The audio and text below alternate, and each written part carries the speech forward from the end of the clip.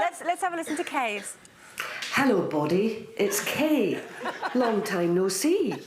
I haven't had a good look at you since 1982.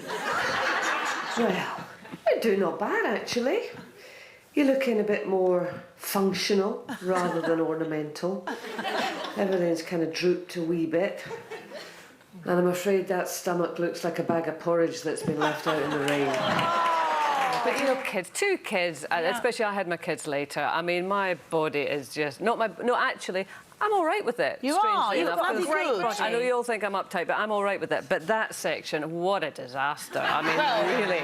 But it grew two babies. Yeah. That's the way you have to look at it. It grew two babies. That funny wee roll. Look at that wee roll.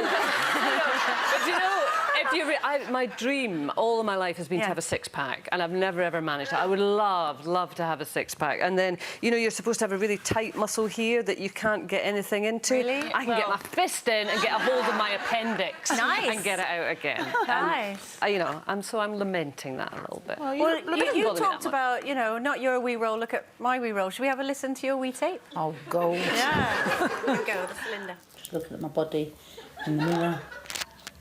Can't say I love what I can see. I like my nose. I think I've got a really nice nose. My eyes are all right. They're a bit deep set. I've got a turkey neck. My mum gave me a complex about that. Don't like my legs because they're quite big legs. My tummy is quite big now because I love my food and I love a glass of wine. What else? My breasts, which were once nice and pert and small, are now keeping my knees warm. Don't like my bingo rings in my arms. And have my eyebrows dyed because they're like white toothbrush bristles now.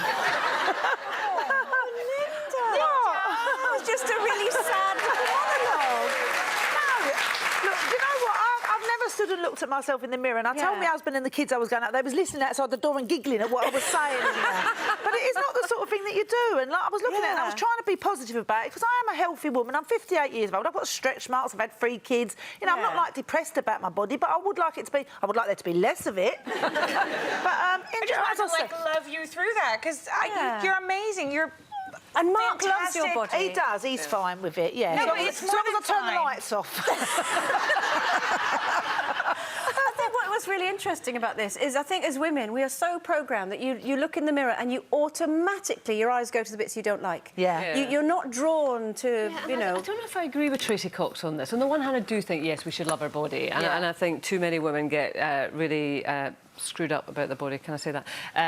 But actually, is it helpful to dissect it and to sort of put us into bits and, you know, look at your tummy, you look at your legs and you're going through that? I mean, Linda, I'm not sucking up to you. You're such a wonderfully warm person.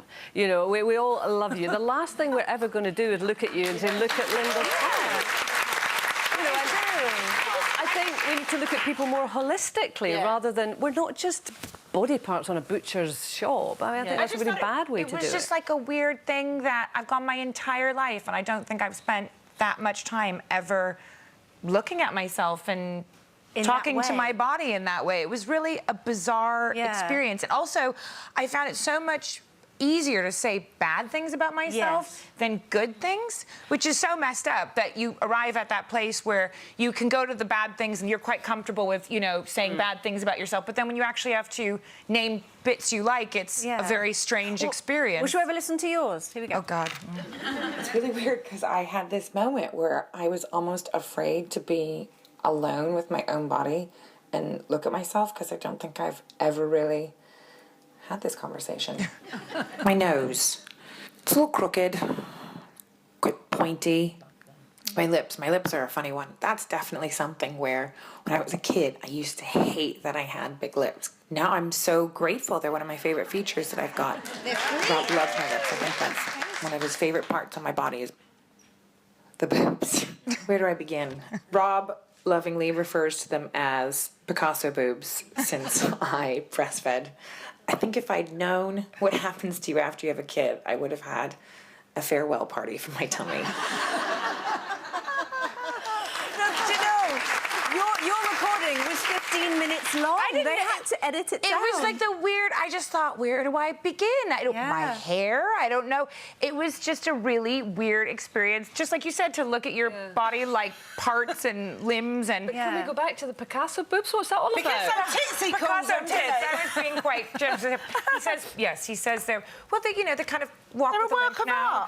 They kind of, do you know what it is? It's like, I think when you have kids, it's like you have the same pieces to the puzzle, but when you put the pieces back, the puzzle looks slightly different. It's like there's still a sailboat, but the mast is slightly tilted to the left, the bow's in the water's a landmass. It's all like, it's the same, right? And it's just you have to relearn your body. When you have to, but then it's even more amazing because it made humans. Come on, Amanda, sorry, you're not getting away with this, Andrea. This is a little trick of mine. I let the conversation go and go, and then I go, Come on, let's hear Andrea's. Here we go. I'm standing in front of the mirror.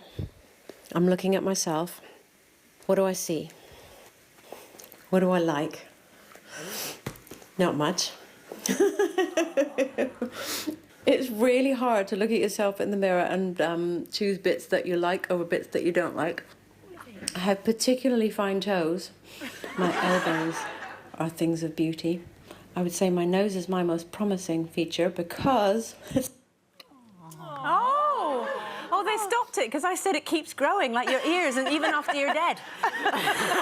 For more Loose Women action, click here.